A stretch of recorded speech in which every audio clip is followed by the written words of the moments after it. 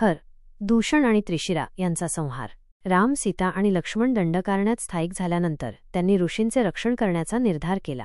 रामाने आधीच अनेक राक्षसांचा नाश करून त्यांना एक धडा शिकवला होता, परंतु मुख्य राक्षसौखर, दूषण आणि त्रिशिरा अजून जिवंत होते. हे तिघे रावणाचे नातेवाईक आणि अत्यंत बलाढ्य सेनापती होते. त्यांच्या भीतीमुळे संपूर्ण जंगल दहशतीच्या सावटाखाली होते.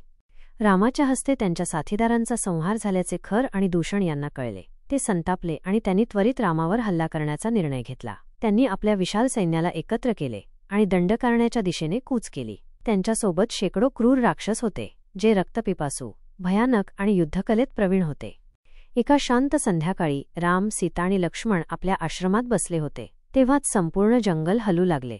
पक्षी आकाशात उडू लागले, मृग घाबरून इतरत्र पळू लागले आणि झाडांवरील पाने एकाएकी गळून पडू लागली. अचानक एक प्रचंड आवाज ऐकू आला. जमिनीचा कंपन वाढला आणि प्रचंड धुळीचा वादळ उभे राहिले. लक्ष्मण सावध झाला आणि म्हणाला, भाऊ, हे निश्चितच मोठ्या संकटाचे संकेत आहेत. कोणीतरी आपल्या दिशेने येत आहे. रामाने आकाशाकडे पाहिले आणि त्याला जाणवले की समोरून एक प्रचंड सैन्य वेगाने त्यांच्याकडे चालून येत आहे. काही क्षणांतच खर, दूषण आणि त्रिशिरा यांचे सैन्य दंडकारण्याच्या सीमेवर पोहोचले. त्यांचे भव्य रथ, प्रचंड गदा आणि तलवारी चमकत होत्या. त्यांच्या अंगावर उग्रवर्म आणि कवच होते. संपूर्ण आकाशात युद्धघोषाचे आवाज घुमू लागले. रामाने शांतपणे धनुष्य हातात घेतले आणि सहजतेने प्रत्यंचा ताणली. तो म्हणाला, अधर्माचे समूळ उच्चाटन करण्याची वेळ आली आहे. या दुष्टांना त्यांच्या कर्माची फळे मिळायलाच हवीत. पहिला हल्ला खर याने केला. त्याने प्रचंड गर्जना करत आपला विशाल गदा उचलला आणि रामाच्या दिशेने झेपावला. त्याच्यासोबत अनेक बलाढ्य राक्षस होते, पण रामाने आपल्या अचूक बाणांनी त्यांचे रथ नष्ट केले. काही क्षणांतच राक्षसांचा संहार होऊ लागला. यानंतर दूषण पुढे सरसावला. त्याने आपल्या सैन्यासोबत रामाच्या दिशेने असंख्य शस्त्रे फेकली, पण रामाने आपल्या बाणांनी ती सर्व शस्त्रे हवेतच नष्ट केली. त्याने दूषणावर एक तीक्ष्ण बाण सोडला, जो सरळ त्याच्या हृदयात घुसला. काही क्षणांतच दूषण जमिनीवर कोसळला आणि निश्चल झाला. हे पाहून त्रिशिरा संतापला. तो अत्यंत क्रूर आणि मायावी होता. त्याने एकाच वेळी 3 दिशांना बाण सोडले, पण रामाने आपल्या बाणांनी त्याचे 3ही बाण हवेतच नष्ट केले आणि त्याच्यावर अमोघ बाण सोडला. तो बाण त्रिशिराच्या हृदयात घुसला आणि त्याचा अंत झाला. शेवटी खरं आणि उरलेले सैन्य रामावर चालून आले, पण रामाने एकाच वेळी अनेक बाण सोडून त्यांच्या सर्व रथांचे चाक तुटवले. मग एका प्रचंड अचूक बाणाने खराचा वध केला. युद्ध संपले.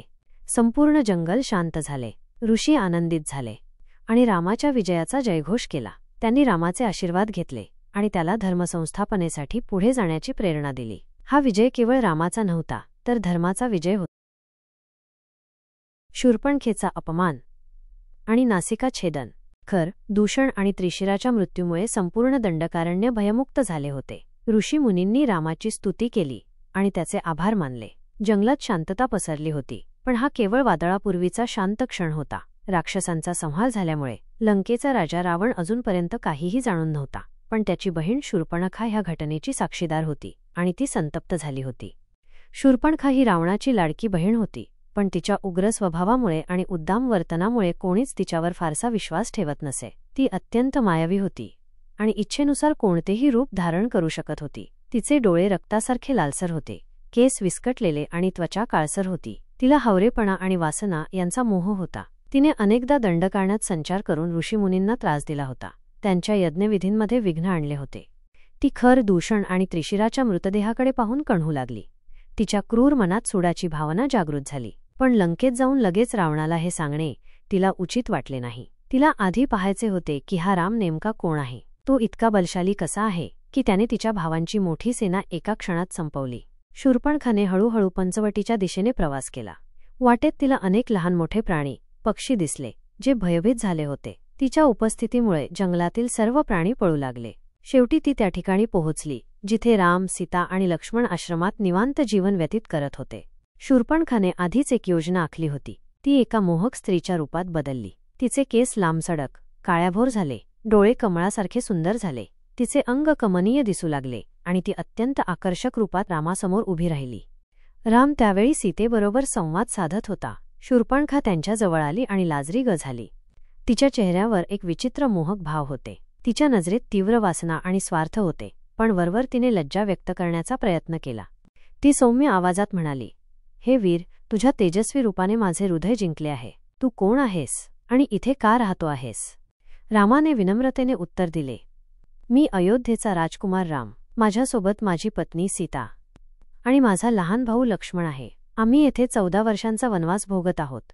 शूर्पणखाला सीतेचे अस्तित्व अजिबात आवडले नाही. तिच्या दृष्टिकोनातून राम तिला मिळायला हवा होता आणि सीता हा अडथळा होती. तिने रामाकडे पाहून स्पष्टपणे म्हटले, हे राम, ही स्त्री तुला शोभत नाही. ती दुबळी आणि साधी आहे. मी मात्र तुला सर्व प्रकारे सुख देऊ शकते. मी तुला योग्य पत्नी होऊ शकते. तू तिला सोडून माझा स्वीकार कर. रामाने मंद हसत उत्तर दिले, शूरपणखे, मी आधीच विवाहित आहे आणि मी माझ्या पत्नीवर अत्यंत प्रेम करतो. मी तुझ्यासाठी योग्य नाही. पण माझा भाऊ लक्ष्मण अजून अविवाहित आहे. त्याच्याशी विवाह करशील का?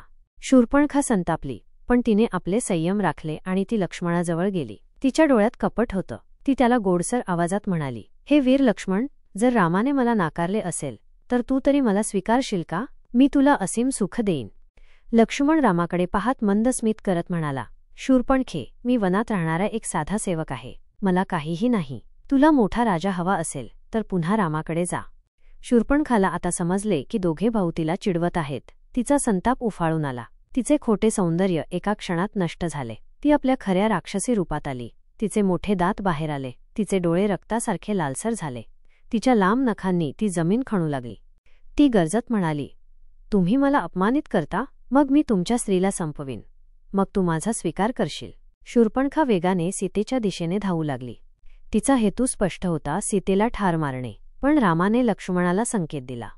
लक्ष्मणाने आपल्या तलवारीचा एक झपाटा मारला आणि शूरपणखेच्या नाक आणि कान छाटले. रक्ताच्या थारोळ्यात ती विव्हळत होती. तिच्या अंगातून भयंकर किंचाळी बाहेर पडली. तिचा अहंकार चुरडला गेला होता. तिला आयुष्यात पहिल्यांदाच पराभवाची चव चाखावी लागली होती. ती वेदनेने ओरडत जंगलाच्या दिशेने पळाली. तिला आता फक्त एकच व्यक्ती आठवत होती, रावण. तिच्या मते आता फक्त तोच राम आणि लक्ष्मणाला धडा शिकवू शकत होता. तिने एक मोठा कट रचला, ज्यामुळे पुढे संपूर्ण रामायणाचा प्रवास बदलणार होता. व्हिडिओ आवडला असेल तर लाईक, शेअर आणि कमेंट करा आणि असेच नवीन व्हिडिओ पाहण्यासाठी चॅनलला सबस्क्राईब करा.